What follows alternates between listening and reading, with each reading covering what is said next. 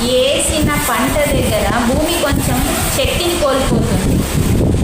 ఎల్లిగడ్డ వేసిన పంట దగ్గర భూమి స్ట్రాంగ్గా ఉండదు, కొంచెం శక్తిని కోల్పోతుంది. అందుకని మనకి ఎల్లిగడ్డ ఇలా తయారైంది. మనకి ఏంటంటే రాక్షస గుణాలని ప్రేరేపిస్తుంది. దేన్ని? కోపాన్ని, ద్వేషాన్ని, అసూయని ఇవి పోగొట్టుకోవడానికే కదా మనం ఆహార నియమాలు. ధ్యానం చేస్తే అవి పోతున్నాయి, దైవం భక్తి చేస్తే అవి పోవాలనే కదా. కరుణ ఉంటే, దయ ఉంటే మంచిది కదా. మన అసూయలు పగని మంచిది కావని మనకు కూడా తెలుసు.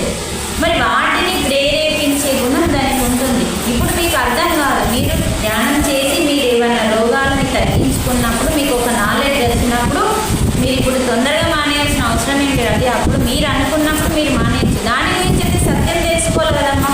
ప్రతిదీ మనం సత్యం తెలుసుకోవాలి. తర్వాత మీరు ప్రాక్టికల్ చేసినప్పుడు మీరు అప్పుడు వేయచ్చు. కానీ మనం శరీరం కాదు కదా, శరీరానికి మంచిది కదా అని మీరు చెప్తారు.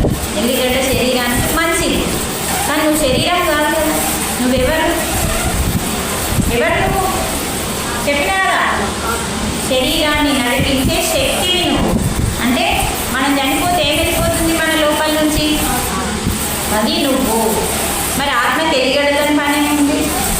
ఆత్మకి ఏం అవసరం? ఆత్మే పరమాత్మ. ఆత్మకి ఏం కావాలంటే శక్తి కావాలి. బయట ఉన్న విశ్వశక్తి కావాలి, పరమాత్మ యొక్క శక్తి కావాలి. దానికి ఎల్లిగడ్డ, పప్పు, చారు, ఉల్లిగడ్డ కావాలి. దానికి ఆ శరీరానికి అవసరం. కానీ శరీరానికి ధ్యానం చేస్తే పరమాత్మ శక్తిని తీసుకుంటే ఎల్లిగడ్డతో మీకు సంబంధం లేకుండా సర్వరోగ నివారణ. నిన్న వీడియో చూసిన మీరందరూ, నిన్న వీడియోలో ఏం చూపించిన? పరమాత్మ యొక్క శక్తి అపారంగా, అంటే ఎక్కువ తీసుకుంటే చాలు, టాబ్లెట్ వేసుకుంటే అప్పుడు మందం తగ్గుతుంది, మళ్ళీ వస్తుంది రోగం. కానీ పరమాత్మని యొక్క శక్తి ధ్యానంలో బ్రహ్మరంధ్రం నుంచి మనం తీసుకుంటే ఆ రోగం మళ్ళీ రాకుండా పోతుంది, సంపూర్ణ ఆరోగ్యం అని చెప్పింది. అందుకని మనకి ఏ ఎల్లిగడ్డతో ఏ టాబ్లెట్తో పడుండదు. నిత్యం క్రమం తప్పకుండా. నీ వయసు ఎంత ఉంది? రోజుకు 2 సార్లు ఒకే స్థలంలో కూర్చోవాలి. మన ఇంట్లో ఏదో ఒక స్థలం, ఏది కూర్చుంటే ప్రశాంతంగా ఉంటుందో, ఏ రూమ్లో కూర్చుంటే ప్రశాంతం, ఒకటే స్థలంలో రోజు అక్కడే కూర్చోవాలి. ఆ స్థలం ఏమవుతుంది? ఒక ఎనర్జీగా తయారై నీ ఇంటిని రక్షించే శక్తిని తయారు చేస్తున్నారు.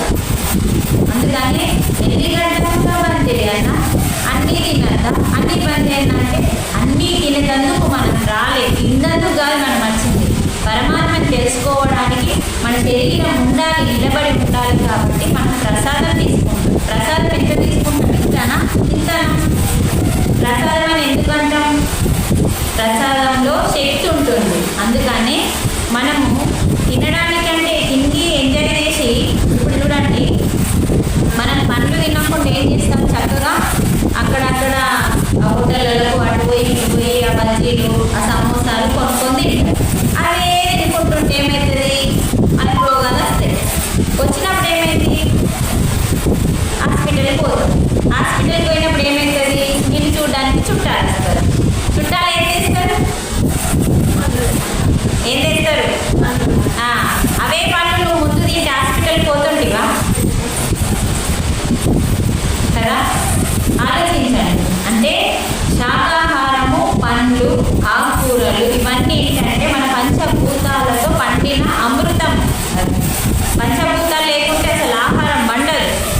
బియ్యం వండవు, పప్పులు వండవు, ఏమి వండవు, కూరగాయలు లేవు, పండ్లు లేవు, ఏమీ లేవు. పంచభూతాలు శక్తితో పండిన ఆహారం అమృతాహారం. కాబట్టి అది తీసుకోవడం వల్ల మనకి చాలా రోగాలు తగ్గుముఖం పడుతూ ఉంటాయి. అందుకని మనకి ఇక్కడ చూడండి, మనము శ్రమ చేయడానికి, డబ్బులు సంపాదించడానికి ఏమేం చేస్తున్నాం? గంటలు పని చేస్తున్నామా లేదా? డబ్బులు సంపాదించడానికి గంటలు పని చేస్తాం. నువ్వు రోజు దేవుడి కోసం ఎంత టైం ఇస్తున్నావు చెప్పు? ఒక దీపం పెడుతున్నావు, సింపులే కదా. అది కష్టమా? డబ్బులు సంపాదించడానికి చాలా కష్టపడతాం. కానీ దేవుడి దగ్గర కాసేపు కూర్చుంటున్నామా? హడావుడి దీపం పెట్టు, అగరబత్తి పెట్టి ఇంత ముక్కు, ఆయన ముఖం మీద ఇంత చక్కెర పోసి ఒక గంట సమయం ఇవ్వండి దేవుడితో నువ్వు ఉండడానికి. రోజు ఒక గంట. అదే జ్ఞానం మనలో ఉన్నాడు. సర్వభూత క్షయస్థితః. నేను ఆత్మని అన్ని ప్రాణులలో, ఈ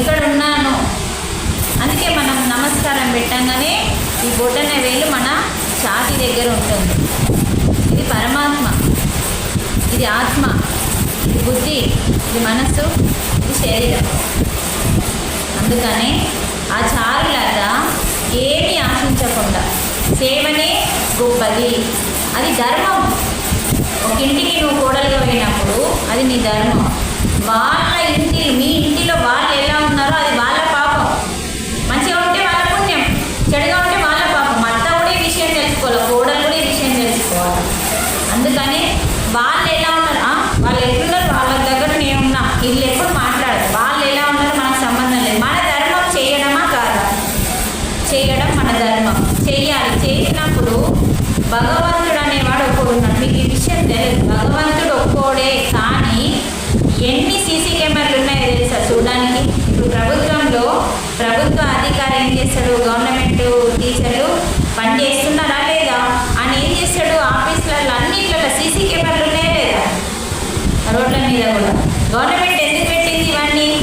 అక్కడ గవర్నమెంట్ కూర్చొని ఇక్కడ అందరు పనులు చేస్తున్నారా లేదా అని చూసుకుంటుంది అక్కడ కదా. మెయిన్ బ్రాంచ్ సీసీ కెమెరాలు ఎందుకు? ఇక్కడ జరిగింది అక్కడ చూడొచ్చు. అలాగే భగవంతుడు కూడా ప్రపంచంలో సీసీ కెమెరాలు పెట్టిందని వాల్మీకి సీతాదేవితో చెప్తాడు. ఏంటి ఆ సీసీ కెమెరాలు అంటే 18 సీసీ కెమెరాలు పెట్టిందండి భగవంతుడు. ఒకటి సూర్యుడు చూస్తున్నాడా లేదా మీరు చేసే పనులు? ప్రత్యక్ష దైవం. అంటే చూడండి, మనం ఏమనుకుంటామంటే అరుణ్లో పోతాం, పోయి మనం ఏదైనా పాపం చేసినాం అనుకో అరుణ్లో, భగవంతుడు చూడడా? ఓట్లు ఇవ్వలేదు అనుకుంటాను. ఒక కథ చెప్పుకుందాం. ఒకసారి ఒక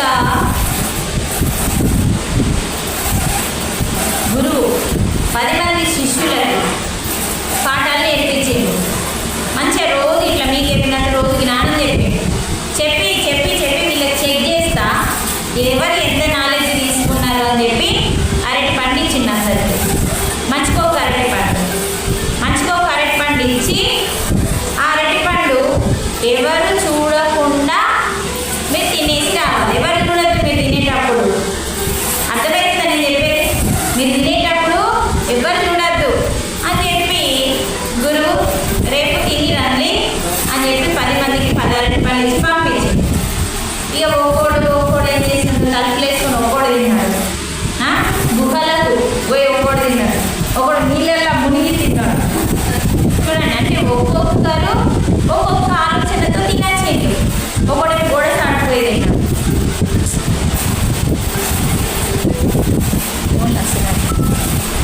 ఆలోచించండి, 9 మంది ఏం చేసిండు? ఎక్కడనో దాక్కుంటున్నా అది చేసో ఇది చేసో తినచ్చిండు. అందరు తిన్నాడు, 10వ వాడు మాత్రం తినలేదు. అయితే వచ్చిండు గురువు దగ్గరికి వచ్చి ఎందుకు రండి వారి పండు తినలేదు అని అడిగితే, గురుదేవుడు మీరు ఏం చెప్పిండు? ఎవరు చూడద్దు, నువ్వు తినేటప్పుడు అరటి పండు అన్నావు. భగవంతుడు అంతటా ఉన్నాడు కదా గురుదేవా, అంతటా ఉన్నాడు కదా. మరి నేనున్న చోట కూడా భగవంతుడు ఉన్నాడు కదా. మీ పండు తినేటప్పుడు భగవంతుడు నన్ను చూడాడా? అందుకనే నేను తినలేదు గురుదేవ. భగవంతుడు కూడా నేను తినేటప్పుడు చూస్తున్నాడు కాబట్టి నువ్వు ఎవరు చూడకుండా ముందు తినంటే అప్పుడు అర్థమైంది గురువు. ఈ 9 మంది ఉత్త శుద్ధ మొద్దులు, ఈ 10వ వాడు ఎంత నాలెడ్జ్ సంపాదించుకున్నాడు. నేను చెప్పిన జ్ఞానం అంటే మీకు కూడా అమ్మా తిరుగుతుంటే 100 మంది కూర్చుంటచ్చు. అందులో గీతలు కూడా భగవంతుడు అదే చెప్పిండు. ఏమని చెప్పిండంటే 100 మంది కూర్చుంటే ఏ ఒక్కరిలో సత్యం పట్టుకుంటారు కానీ అందరూ పట్టుకోరు. కాకపోతే ఎవరు పట్టుకుంటారో తెలియదు కదా, ఎవరు పట్టుకుంటారో తెలియదు. ఇప్పుడు ఈ రోజు మీరు 3 రోజులు కంటిన్యూ వచ్చింది, ఈ అమ్మాయి కానీ మీరు కానీ 3 రోజులు కంటిన్యూ వచ్చిన వాళ్ళు ఉన్నారు. 10 రోజులు వచ్చిన వాళ్ళు నిన్న రాలేదు, నిన్న వచ్చిన వాళ్ళు ఇయ్య కదా. అంటే ఏంటి? 3 రోజులు వచ్చిన వాళ్ళకి శ్రద్ధ ఉన్నట్టే కదా, అవునా కదా? అంటే అలాంటి వాళ్ళు ఎవరు ఉంటారో తెలియదు కాబట్టి మేము అందరికీ చెప్తాం. అక్కడ కూడా శిష్యులని కనిపెట్టడానికి ఆయన ఏం చేసిండు? ఈ 3 రోజులు ఉన్నారు, ఎవరికి నాలెడ్జ్ అందిందని చెక్ చేసిండు.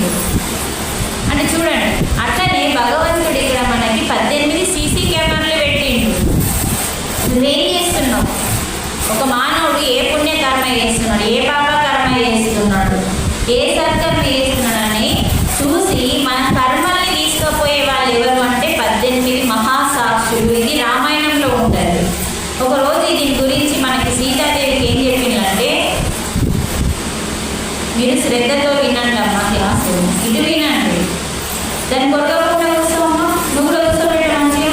మీరు యవ్వనంలో ఉన్నారు, ఎంత షార్ప్గా కూర్చోవాలి. మీరు గమనించండి, సీతాదేవి ఏడుస్తారు. ఎందుకంటే సీతాదేవి రాముడు అశ్వమేధ యాగం చేస్తా అంటే భార్య లేకుండా అశ్వమేధ యాగం చెయ్యడు. అయితే సీత అంటే మళ్ళీ ఇంకో పెళ్లి చేసుకుంటుండు శ్రీరాముడు అనుకుని ఏడుస్తారు. ఏడిస్తే వాల్మీకి వస్తాడు. ఎందుకు ఏడుస్తున్నాం? అశ్వమేధ యాగం జరుగుతుందట, మరి సీత లేకుండా అశ్వమేధ యాగం జరుగుతుంది, మరో స్త్రీని పెళ్లి చేసుకుంటుండా అని ఏడుస్తున్నా అంటే సీతని ధ్యానంలో కూర్చోబెడతాడు.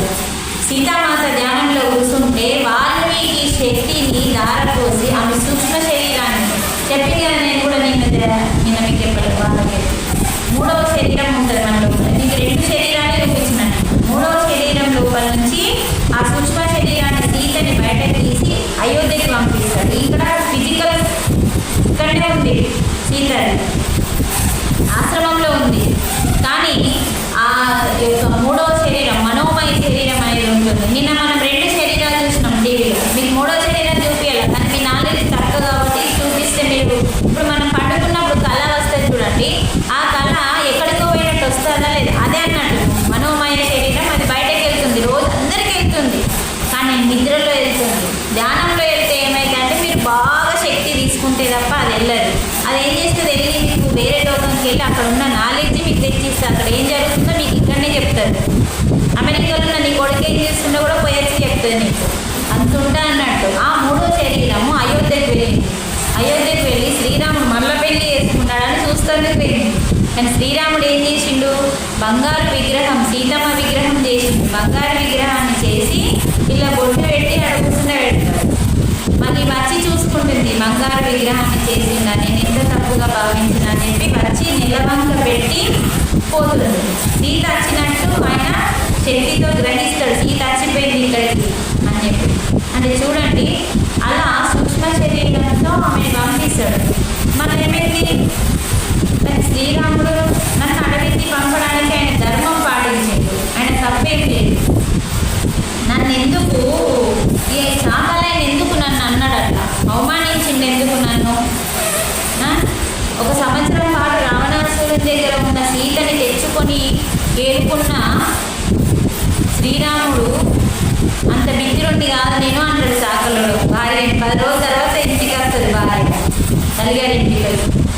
అంత పిచ్చోని కాదు నేను, శ్రీరాముడు ఏలుకున్నాడు కానీ నేను ఏలుకోను అంటాడు. అప్పుడు ఈ మాట శ్రీరాముడు విని సీతని అడవికి పంపిండు అని పెట్టిండు. కానీ ఇది కొంచెం రివర్స్ ఉంది స్టోరీ, సినిమాలలో చూపించినట్టు లేదు. సంపూర్ణ రామాయణం చదివితే మనకు అర్థమవుతుంది. ఇప్పుడు మన సినిమాలో ఏది చూపించిందో అది కొంచెం తప్పు.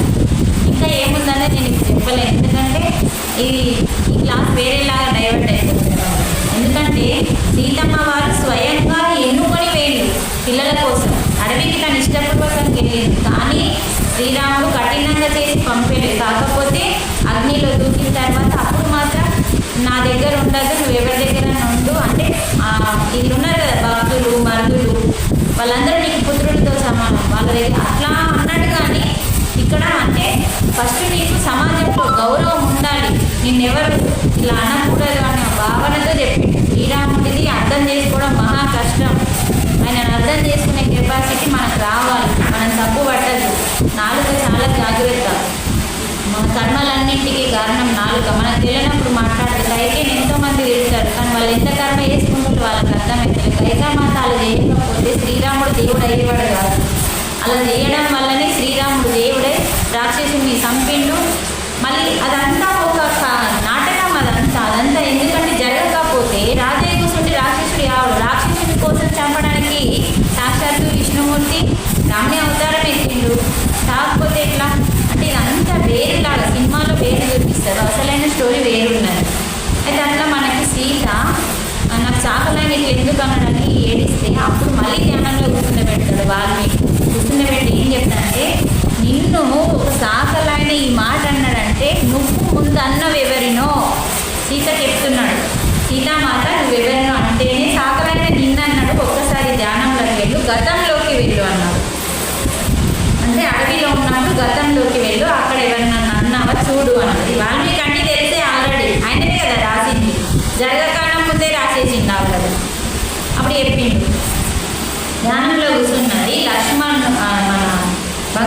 వస్తుంది కదా సినిమాలలో, బంగారు జింక వచ్చిందని శ్రీరాముని బయటకు పంపిస్తే ఆ రాక్షసుడు రామ సీత లక్ష్మణ అని అరుస్తాడు.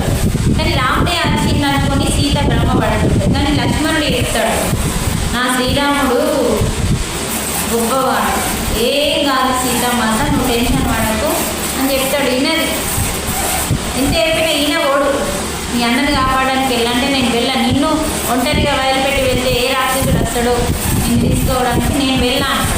అప్పుడు సీత అంటారు, మీ అన్న చనిపోతే నువ్వు నన్ను,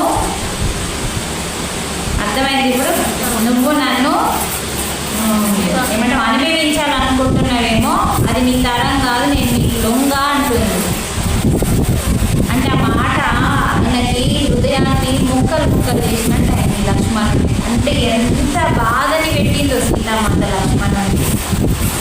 ఆ మాట అనగానే ఏ రోజు కూడా సీత ముఖం చూడని లక్ష్మణుడు కాళ్ళని మాత్రమే చూస్తాడు, సీత ముఖం కూడా చూడాడు. అమ్మ సీతమ్మ వారి ముఖం కూడా ఇప్పుడు అంటే ఆయన మాట్లాడినప్పుడల్లా కాళ్ళని చూసి మాట్లాడతాడు తప్ప ఇప్పుడు వరకు సీత ముఖం చూడని నేను ఈ నిందని మోయాల్సి వచ్చింది నాకు అని చెప్పి బాధపడతాడు, ఏడుస్తూ ఉంటాడు. అప్పుడు వెళ్ళిపోతాడు లక్ష్మణుడు. వెళ్ళిపోయి రాముని దగ్గరికి వెళ్తే రాముడికి ఏం కదా, లక్ష్మణుడు మన రాక్షసుడు కదా అరిచింది. అప్పుడు ధ్యానంలో ఈ స్టోరీ అంతా ఆమెకు కనబడ్డది. చూడండి మనం చేసిన కర్మలు ఇలా ఉంటాయి. మనమేమో లోడ ఇంట్లో లొల్లులు పెట్టుకొని తయారెత్తు మళ్ళీ కర్మలు చేసుకుంటున్నాం. కానీ ధ్యానంలో కూర్చుంటే ఈ రోగం నాకు ఎందుకు వచ్చింది, ఈ పాపం నాకు ఎందుకు వచ్చింది అన్నది ధ్యానంలో మనకు తెలుస్తుంది. అక్కడికి మనల్ని తీసుకెళ్తుంది మన ధ్యానం శక్తి. నువ్వు అనుకొని కూర్చుంటే అప్పుడు ఏమైంది, సీత అదంతా సత్యం తెలుసుకుంది. ఓహో నేను ఒకనాడు లక్ష్మణుని అన్నా కదా నేనే, అదేమైంది ఆ కర్మని 18 మంది సాక్షులు తీసుకెళ్తారు. సీత అన్నప్పుడు అక్కడ ఎవరైనా ఉన్నారా, లక్ష్మణుడు సీత ఇద్దరే. లక్ష్మణుడు అయితే ఎవరికి చెప్పాడు పాపం, ఇంకా సీత మరి ఇద్దరే ఉన్నారు. ఈ కర్మని ఎవరు మోసుకవీళ్ళు అంటే 18 మంది దేవుళ్ళు మహాసాక్షులుగా మనం చేసే కర్మలకి త్రికరణ శుద్ధిగా నోటితో ఏం చేస్తాం, చేతులతో ఏం చేస్తాం, ఇవన్నీ కర్మలకి వాళ్ళు సిద్ధంగా రెడీగా ఉంటారు. మీ కర్మలు మోసుకమైనందుకు వాళ్ళే. ఒకటి సూర్యుడు లెక్క పెట్టండి, రెండవది చంద్రుడు, మూడవది నీ అంతరాత్మ. నీ అంతరాత్మ ఎప్పుడైనా నీకు మాట్లాడలేదో లేదు, నువ్వు అబద్ధం చెప్పినావనుకో లోపల నుంచి వస్తా లేదు, ఇన్న నుంచి ఏం పని అబద్ధం, మనసేమో ఆడాడంటుంది, ఏం కాదు అబద్ధం అంటే ఏం కాదు, ఒకసారి కదా ఆడు అంటుంది. కానీ అంతరాత్మ అర్థం చెప్తుంది. అది మన అంతరాత్మ ప్రతి క్షణము నీ కోసం పరితపిస్తుంది, నిన్ను రైట్ వేలో ఉంచడానికి. కానీ మనకి వినబడేసావు, మనసు చెప్పిందే కైతక్కలాడతాం. అంతరాత్మ చెప్పింది మనం వినాలి అంటే నువ్వు అంతరాత్మ దగ్గరకు ఉండాలి కదమ్మా. శ్వాస ధ్యాస అంటే ఎంత గొప్పది మీకు అర్థమైతే లేదమ్మా. అంతరాత్మతో ఉండడానికి మనకు అవకాశం అది. అంటే మనసు శూన్యమవుతుంది, మనసు శుద్ధి అవుతుంది. అప్పుడు ఆత్మ చెప్పింది మనకి వినబడుతుంది. తప్పు చేస్తున్నావు చెప్పగానే ఇన్నర్ నుంచి ఎన్నోసార్లు మనకి హెచ్చరిస్తూ ఉంటాడు దేవుడు లోపల నుంచి.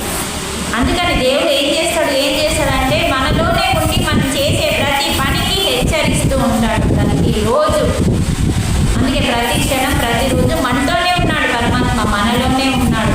ఆమెలో నువ్వు దేవుడిని చూడగలిగిన రోజు నువ్వే దేవుడివి అన్నాడు దేవుడు. ఆమె లోపల చూడు, ఆమెను ఏమనద్దు, ఆమె మంచిది కాదు, కానీ నువ్వు ఆమె లోపల దేవుడు. నిన్నటి శ్లోకంలో విన్నాం కదా, విద్యా వినయ సంపన్నే బ్రాహ్మణి గవిహస్తిని శుని అని ఏమని చెప్పినాం. చండాలుని కూడా మంచిగా చూడు, బ్రాహ్మణుడు ఇద్దరు, మేము చండాలు ఆమె బ్రాహ్మణి, ఆమెను ఒకలా చూస్తాం ఈమెను ఒకలా చూస్తామా లేదు. ఇద్దరిలో దేవుడు ఉన్నాడు. ఈమె గుణాన్ని బట్టి బ్రాహ్మణుడు, ఈమె గుణం బట్టి, కానీ మనిషిదేం సంబంధం లేదు కదా. ఆమె గుణం మంచిగా లేదు కాబట్టి ఆమె చండాలుడిగా మారింది, అంటే గుణం. అందుకని కానీ వాళ్ళ లోపల కూడా దేవుడు ఉన్నాడు కదా, ఈమె లోపల ఉన్నాడు, ఆమె లోపల. వాళ్ళ లోపల ఉన్న దైవత్వాన్ని చూడు నువ్వు, వాళ్ళ గుణాన్ని చూడకు. అందుకని అక్కడ ఈ దైవత్వాన్ని చూడు, వాళ్ళకి సమానంగా చూడు. వాడి కర్మ వాడే అనుభవిస్తాడు, వాడు చేసిన చండాలు కర్మ వాడే అనుభవిస్తాడు, నీకేం రాదు. అలాగే ఇక్కడ కూడా మనకు అదే చెప్తున్నాడు. అంటే నువ్వు ఏదైనా కానీ నీ కర్మ నీకు అంటుతుంది, కానీ చండాలుడు ఉన్నాడని చెప్పి నువ్వు అవమానించినప్పుడు నువ్వు పాపం చేసుకుంటావు. అందుకని మన ఇంట్లో కూడా అంతే. మన అత్త నువ్వు చిన్న కోడలు వచ్చు, పెద్ద కోడలు అంటే ఇష్టం కావచ్చు, కానీ ఆమె చేస్తే వచ్చేది మనకు సంబంధం లేదు, కానీ నీ బాధ్యత అయితే ఉంటుంది కదా, అప్పుడు నీకు మంచి జరుగుతుంది. ఇది మన మంచి జరగడం కోసం కాదు, మన బాధ్యత, మన ధర్మం చేయాలి అంతే. చేయకపోతే మళ్ళీ దాన్ని చేయడానికి మళ్ళీ వస్తాం. అందుకని ఇక్కడ మనకి ఏంటంటే ఈ యొక్క సీతామాత అలా అన్నప్పుడు 18 మంది చూసిండు. అందుకే మన అంతరాత్మ చాలా గొప్పది, ఎప్పుడు ఎప్పుడూనే ఉంటుంది నీకు. అబద్ధాలు ఆడకు, అటు ఓకు, అది కరెక్ట్ కాదు, అది తినకు. చూడండి, మీరు మాంసాలను తినేటప్పుడు, కోసేటప్పుడు, మేకని కోసేటప్పుడు మీరు చూడండి, చూస్తామా అండి? మన అంతరాత్మ దాన్ని పీకలు కోసేటప్పుడు చూడదు మన అంతరాత్మ, ఇటు ముఖం పెట్టేస్తాం, బా అంటాం, రక్తం కారేటప్పుడు. అంటే అంతరాత్మ అద్దంటుంది, కానీ మన మనసు చెయ్యంటది. అందుకని మనసుని పండబెట్టేసుడే, శూన్యం చేసేసుడే, ఆత్మని లేప. ఇప్పుడు కూడా అక్కడ కరెంట్ ఉంది కదమ్మా, చూడండి అటు ఒకసారి కరెంట్కి చూసిందా వెలుగుతుంది, దాని మీద 4 పెలికలు వేయండి. ఒక ఖర్చీపు, రెండో ఖర్చీపు, మూడో ఖర్చీపు, నాలుగో ఖర్చీపు. అప్పుడు అంత లైట్ కనబడుతుందా? కనిపించదు. ఆ 4 పొరలు తీసేయడమే ధ్యానం, అది ఆత్మ. దానికి పైన వేసిన ఖర్చీ పొరలు ఉన్నాయి చూడు, అది మనస్సు. మనస్సులో 4 పొరలు ఉంటాయి అమ్మ, బుద్ధి, అహంకారం, అలాగే మనస్సు, చిత్తం. ఈ 4 పొరలను తీసేయాలి ఆ లైట్ మీదకి వెళ్ళి. అప్పుడు ఆ లైట్ లాగా మన ఆత్మ దగ్గర మెరుస్తుంది నీ లోపల. అప్పుడు సత్కర్మలు చేస్తావు, ఒక గురువుగా మారుతావు, ఒక నలుగురికి ఆదర్శంగా ఉండి నలుగురి జీవితాన్ని మంచి చేస్తావు. అలా ఉండాలా వద్దా మనం? అది లేకపోతే మనం చీకట్లో ఉంటాం. ఇప్పుడు చీకట్లోనే ఉన్నాం, తమసోమ జ్యోతిర్గమయ. నేను చెప్పాను కదా, చీకట్లో ఉన్నావు. చీకట్లో దేవుడు ఎట్లా కనబడతాడు? వీళ్ళు మేము గర్భగుడికి పోయినాం, పోయి అన్ని లైట్ బంద్ చేసి దీపంని పెద్దగా పెట్టేసి వచ్చాం. అలా ఇంత పెట్టిండు దీపం అంటే ఎందుకు ఇంత పెట్టి నూనె అయిపోతుంది, బుర్ర తక్కువ. అంటే మనం అక్కడ చూసి పెద్దగా పెట్టాలి, పెద్దగా పెట్టి విద్యుత్ లైట్ లేదు, విద్యుత్ లైట్లు అన్నీ బంద్ చేసి మేము చాలా ఒక ½ an hour వరకు ఉన్నాం, ధ్యానం చేసుకున్నాం. అక్కడ విద్యుత్ లైట్లు అన్ని బంద్ చేసి ఆ చక్కగా దీపం ఇంకా కొన్ని వత్తులేసి నూనె పోసి మంచిగా పెద్దగా వెలిగించి ఆ వెలుగులో చూసినాం మేము. చూడండి మీరు, ఆ వెలుగులో చూడండి. మీరు ఇంట్లో తలుపులని వేసి చిన్న చీకట్లో ఉండండి, మీ గుడిలో ఉన్న, మీ ఇంట్లో ఉన్న విగ్రహాలకి, దేవుళ్ళ ఫోటోలకి ఈ యొక్క దీపం వెలిగించి చూడండి, ప్రశాంతంగా అనిపిస్తుంది. దేవుడు కనబడడాన్ని ఆ లైట్లు వేసాం పిచ్చోళ్ళని. దేవుడు అక్కడ ఉంటుంది, ఆ ఫోటోలలో ప్రతిరూపం అది, దేవుడు ఇక్కడ ఉన్నాడు. అందుకని ఇక్కడ జ్ఞాన జ్యోతిని వెలిగించాలి. అందుకని సూర్యుడు, చంద్రుడు అంతరాత్మ అయిందా. తర్వాత నిన్ను సృష్టించిన పూర్ణాత్మ యమధర్మరాజు. యమధర్మరాజు ఎప్పుడు ఓడిగేస్తాడా అని పట్టకపోతే ఉంటాడా లేదా? కావాలి, ఎప్పుడు ఇక్కడ తిరుగుతూనే ఉంటాడు యమధర్మరాజు, తెలుసా? నరకంలో ఉండడైనా భూలోకం పైన తిరుగుతూ ఉంటాడు, ఎవడు చచ్చిపోయినా అని తీసుకెళ్తాను. యమధర్మరాజు చూస్తూనే ఉంటాడు. అయితేనే మళ్ళీ 5 పంచభూతాలు, 10, 4 వేదాలు, ఎన్నైనాయి? 14. ఉదయం అయిందా? పొద్దున ఉదయం అయిందా? మళ్ళీ సాయంత్రం అవుతుందా? అంటే ఉదయం అంటే సూర్యోదయం, సాయంత్రం అంటే సూర్యాస్తమయం. ఉదయం సాయంత్రం 2, 16. రాత్రి పగలు, రాత్రి అవుతుంది, ఇప్పుడు పగలైంది, 12 అంటే పగలు. ఈ రాత్రి పగలు కూడా మనల్ని చూసే శక్తులు. అందుకని ఎట్లయితుంది? ఉదయం అవుతుంది, పగలవుతుంది, సాయంత్రం అవుతుంది, రాత్రి అవుతుంది. ఒక రోజులో 4 కాలాలు నడుస్తున్నాయి చూడండి, ఉదయము, పగలు, సాయంత్రం, రాత్రి. ఏ కాలంలో ఏం చేయాలో కూడా చెప్పిండ్రు మనకి. ఈ 4 కాలాలు, ఉదయం ఏం చేయాలి, పగలు ఏం చేయాలి, సాయంత్రం ఏం చేయాలి, రాత్రికి ఏం చేయాలి అన్నీ చెప్పిండ్రు. ఈ 4 అవి 14, ఇవి 4 ఎన్నైనాయి? 18 వచ్చినాయా? ఈ 18 మంది మనం ఏ కర్మ చేస్తున్నామో ప్రతి క్షణము చూస్తూనే ఉన్నారు మనల్ని. అలా సీతాదేవి అన్న మాటని ఆ 18 మహాసాక్షులు తీసుకెళ్ళి అది పండిన తర్వాత సీత ఎప్పుడు అన్నది? అరణ్యంలో ఉన్నప్పుడు అన్నది. అరణ్యంలో ఉన్నప్పుడు మళ్ళా రావణాసుని ఎత్తుకపోవడం, యుద్ధం జరగడం, మళ్ళీ సీత అయోధ్యకోవడం, మళ్ళీ గర్భం దాల్చడం. అప్పుడు గర్భం దాల్చినాక నిండు గర్భిణి అయినప్పుడు అప్పుడు అన్నాడు. అంటే అప్పటికి ఆమె పాప ఏమైంది? పండింది. అప్పుడు ఆమె జీవితంలోకి వచ్చింది. అది సేమ్ ఎందుకు చెప్పింది? సీతామాతకి ఏమన్నా తెలియదా? సీతామాతకు అన్నీ తెలుసు. సీతామాత మనకు నేర్పించడానికి, అంటే మీరు ఇలా అంటే పంచభూతాలు అన్నీ ఉన్నాయి చూడడానికి, చూస్తాయి, అది నీ జీవితంలోకి పాపం పండిన తర్వాత వస్తుంది అని చెప్పడానికి 18 మంది మహాసాక్షులు మన చుట్టూరుగానే ఉన్నారు. అందుకని మనం చేసిన ప్రతి కర్మ, ఇప్పుడు మన ఇంట్లో వాళ్ళు నచ్చకపోయినా వాళ్ళ కర్మలు అయితే చూసేవాళ్ళు ఉంటారు కదా, నీ కర్మలు కూడా చూసేవాళ్ళు. వాళ్ళు ఎంత ఇది చేసినా నువ్వు మంచి చేసినావు అనుకో, నీకే మార్పులు ఉంటాయని వాళ్ళకు ఉండవు. నీ పుణ్య కర్మ నీకు, వాళ్ళ పాప కర్మ వాళ్ళది. అందుకని మనం వాళ్ళని వదిలిపెట్టాలి తప్ప వాళ్ళు చేసిన మనం కూడా తప్పు చేయదు, ఎందుకంటే మనకు తెలుస్తున్నది. అందుకని మనం ఎప్పుడూ